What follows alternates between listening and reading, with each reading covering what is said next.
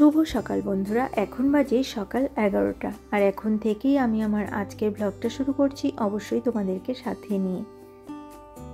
আজ ঘুম থেকে উঠতে দেরি হয়েছে, যেহেতু আজ ছুটির দিন তাই দেরি করে উঠেছি, রান্নাটাও দেরিতে বসিয়েছি। তাই এখন 11টা বেজে গেছে, তবুও কিন্তু আমার রান্না সব হয়নি কমপ্লিট। তো এই দিকে এলাম একটু বাইরের দিকটা দেখার জন্য। আর দেখো আজকে কি রোদ উঠেছে, সকাল থেকে এরকম চকচকে রোদ, আস্তে আস্তে গরম পড়ে যাচ্ছে। আর এই যে বিছানার সব বালিশ কম্বল এখানে এনে রেখে দিয়েছি, আর বিছানা চাদরগুলো তুলে কাচতে দিয়েছি, কারণ ওই যে ফ্যানটা দেখছো এটা আজ পরিষ্কার করা হয়েছে। রিজুর বাবা এটা ভালো করে মুছে দিয়েছে। তো বিছানার ওপরে আমি একটা পুরনো চাদর পেতে নিয়েছিলাম, তবুও সেটা তুলে দিয়েছি। আর যেগুলো পাতা ছিল সেগুলো তো আগেই তুলে রেখেছি, সেগুলো কাচতে দিয়েছি। আর এই যে দেখো গোপাল সোনা ঘুম থেকে উঠে গেছে, তাকে সেবা দেওয়া হয়েছে, প্রসাদটা তোলা হয়নি, একটু পরে আমি তুলে নেব। আর আমি কিন্তু রান্না বসিয়ে দিয়েছি, বললাম না আজ দেরি করে ঘুম থেকে উঠেছি, তাই রান্নাটাও দেরি করে বসিয়েছি। এখন আমি আলু করলা ভেজে নিচ্ছি, আর 3 পিস বেগুন ছিল সেটাও ভেজে তুলে নিয়েছি। বেগুন ভাজা না, তোমাদেরকে তো আমি সবসময়ই বলি রিজুর বাবা কেউই খায় না, আমি একাই খাই, তাই অল্প করেই করে নিয়েছি। আর এবার এটা রান্না করি, তারপর লাউ শাকটা বা লাউ ডাঁটা চচ্চড়ি যে সেটা আমি বসিয়ে দেবো। এই যে ধুয়ে নিচ্ছি, এগুলো দিদি কাল কেটে রেখেছিল। আর সবজিটা না আগের দিন কাটা থাকলে দেখবে রান্নাটা কিন্তু তাড়াতাড়ি হয়ে যায়।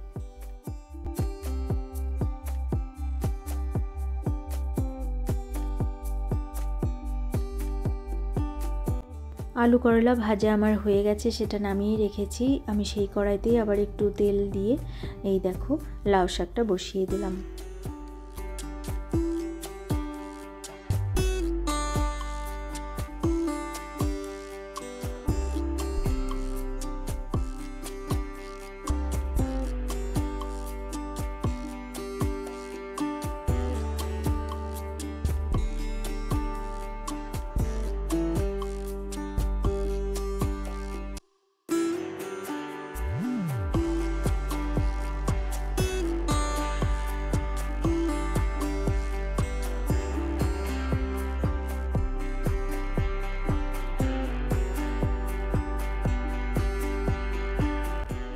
লাউ শাকটার মধ্যে নুন দিয়ে একটু নাড়াচাড়া করে ঢেকে রেখে দিলাম, এটা কিছুটা সেদ্ধ হতে থাকুক। ততক্ষণে এই যে লাউটা দেখছো এটা কেটে নেব।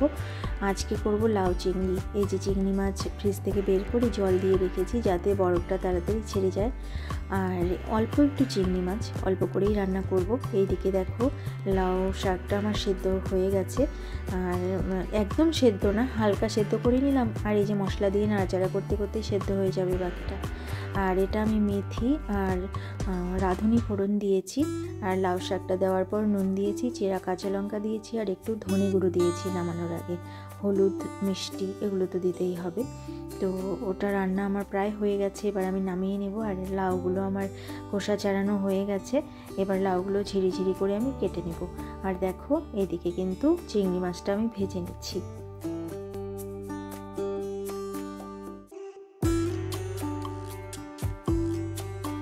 চিংড়ি মাছটা ভেজে আমি নামিয়ে নিয়েছি। আর এইদিকে দেখো লাউ আমি বসিয়ে দিলাম। লাউটা কিন্তু আমি লাউ ঘন্ট যেভাবে করে সেভাবেই কেটেছি ছোট করেই। আর দেখো এটা একটু নুন দিয়ে ঢেকে রেখে দেবো, জল বেরোবে আর সেই জলের সাথে সেদ্ধ হয়ে যাবে। আর এখানে দেখো চিংড়ি মাছটা ভেজে নামিয়ে রেখেছি।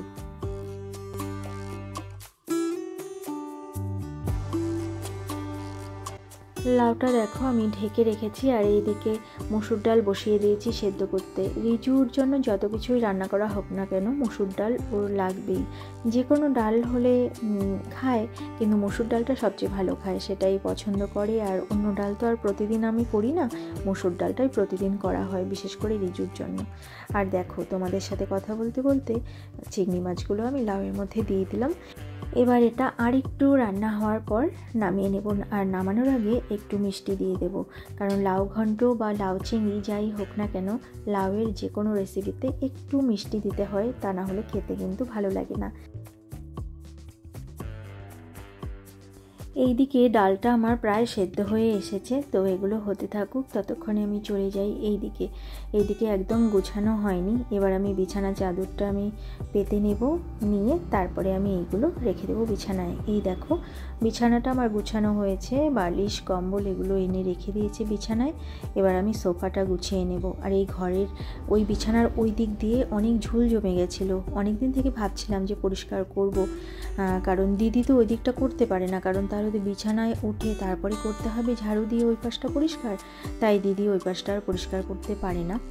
কয়েকদিন বাদে বাদে ওই দিকটা আমি ঝাড় দিয়ে পরিষ্কার করে দিই। আবার একটা ঘর মোছার যে পোছা আছে সেটা দিয়ে লাঠির মতো সেটা দিয়ে মুছতে সুবিধা হয়, ওটা দিয়ে আবার ওই দিকটা মুছে দিই, কারণ হাত দিয়ে ওই পাশটা মোছা যায় না, তাই লাঠি দিয়ে মুছতে হয়।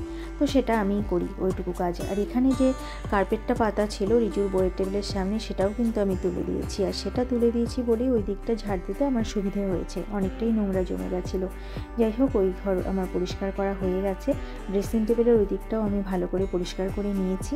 সোফাটা শুধু গোছাবো, সেটা এলোমেলো হয়ে আছে। তার আগেই চলে এলাম ঠাকুর ঘরে, কারণ গোপাল সোনা এখন স্নান করলেন আর তাকে এখন জামা পরানো হচ্ছে, সাজানো হবে। তো তোমাদেরকে একটু সেটা দেখিয়ে দিলাম। রিজুর বাবা আজকে পুজো দিচ্ছে।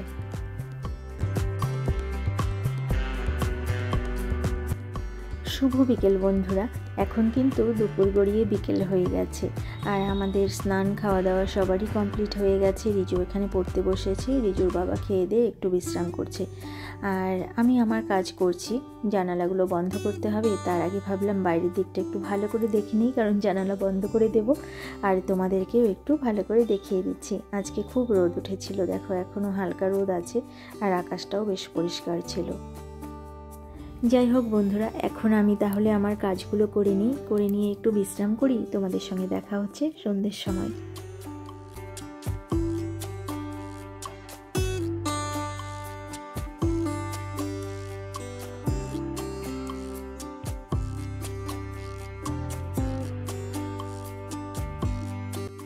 শুভ সন্ধ্যা বন্ধুরা, দেখো আমি রেডি হচ্ছি, এক জায়গায় যাব। আসলে আমি যাব ভাবির দোকানে গোপাল সোনার জন্য জামা পছন্দ করতে। তো সামনেই তো দোল উৎসব, গোপাল সোনার জন্য নতুন জামা দরকার।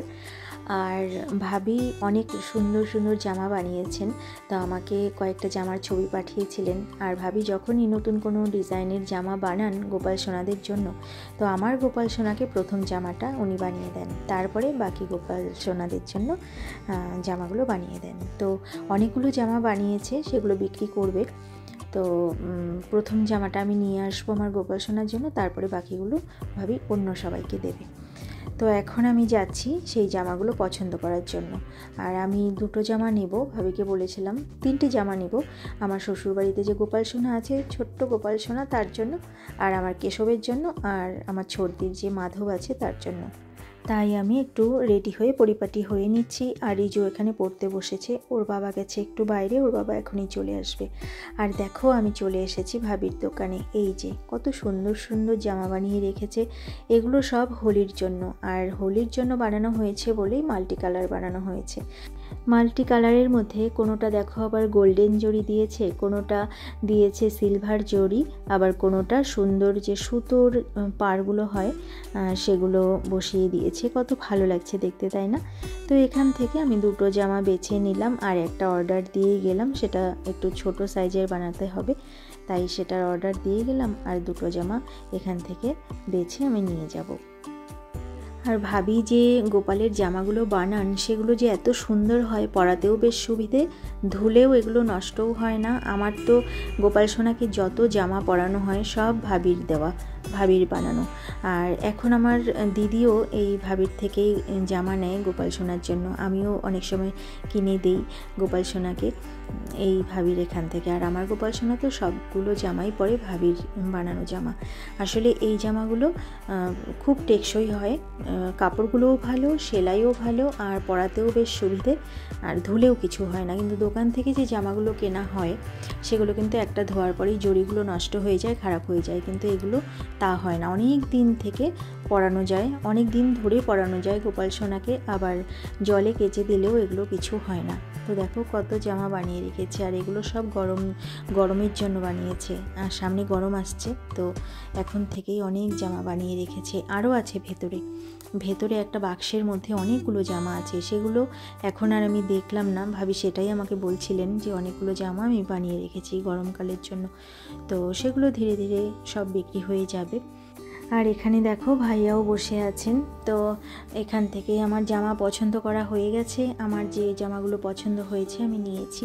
এখন আমি যাব বাড়ি।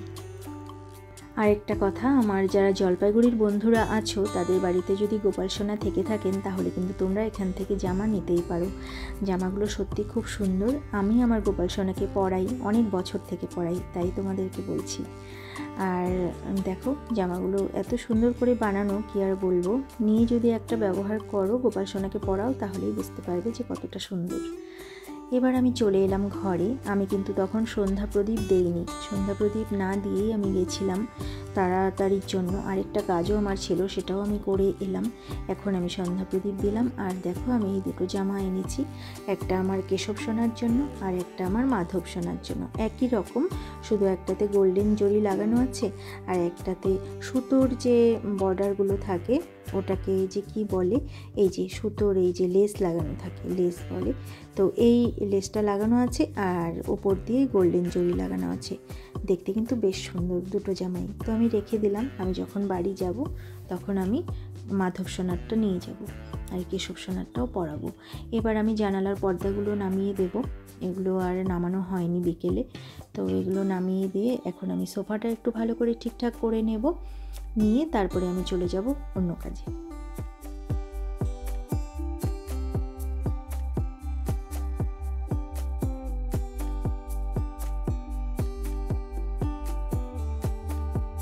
বসার জায়গাটা গুছিয়ে আমি চলে এলাম বেডরুমে। আর বেডরুমে এসে দেখো আমি আমার মুদিখানার কিছু জিনিস আনতে হবে, সেগুলো একটা লিস্ট করে দিচ্ছি রিজুর বাবাকে, কারণ লিস্ট করে না দিলে সে ভুলে যায় কী কী আনতে বলেছিলাম, তো সেই জন্য আমি লিখে দিচ্ছি। আর রিজু এখানে বসে কিন্তু পড়ছে, তো এখন আবার আমার সাথে একটু গল্প করছিল।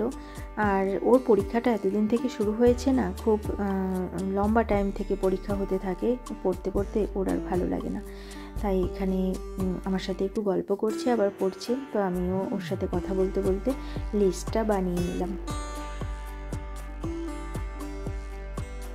এবার আমি চলে এলাম পাশের ঘরে। এই যে দেখছো জামা কাপড়গুলো রাখা আছে, এগুলো একটু গুছিয়ে নিতে হবে। দিদি দুপুরবেলা এগুলো ছাদে থেকে তুলে এনে বিছানায় রেখে দিয়েছে। আর কিছু কিছু জামা কাপড় রিজু আর ওর বাবার আছে, ওগুলো কেচে দিতে হবে, সেগুলো আলাদা করে রাখবো। আর কিছু কিছু জামা কাপড় আছে সেগুলো কেচে দিতে হবে, সেগুলো আবার আলাদা করে ওয়াশিং মেশিনে দিয়ে দেবো।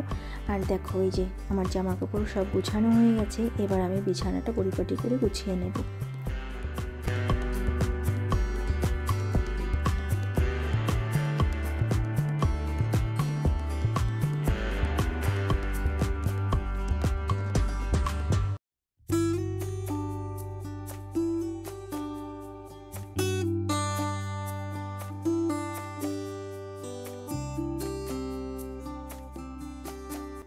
বিছানাটা আমার গোছানো হয়ে গেছে, আমি হারমোনিয়ামটা বিছানার ওপরেই রেখে দিয়েছি। রিজু এখন খুব একটা গান করছে না, পরীক্ষার জন্য সময় হচ্ছে না, কিন্তু আবার মাঝে মধ্যে গান করতে বসছে, তাই বিছানার ওপরেই রেখে দিলাম। আর এদিকে আলনাটাও গোছালো হয়ে আছে, এটাও একটু গুছিয়ে নিচ্ছি। এখানেও কিছু কিছু জামা কাপড় আছে যেগুলো ধুয়ে তুলে রাখতে হবে, তো আপাতত আলনাতেই থাকুক, আমি কিছু কিছু করে ধুয়ে তুলে রাখবো। একবারে তো আর সব ধোয়া যাবে না, দিদিকে কিছু ধুতে দেবো, কিছু ওয়াশিং মেশিনে ধুয়ে নেব, ব্যাস হয়ে যাবে তাহলেই।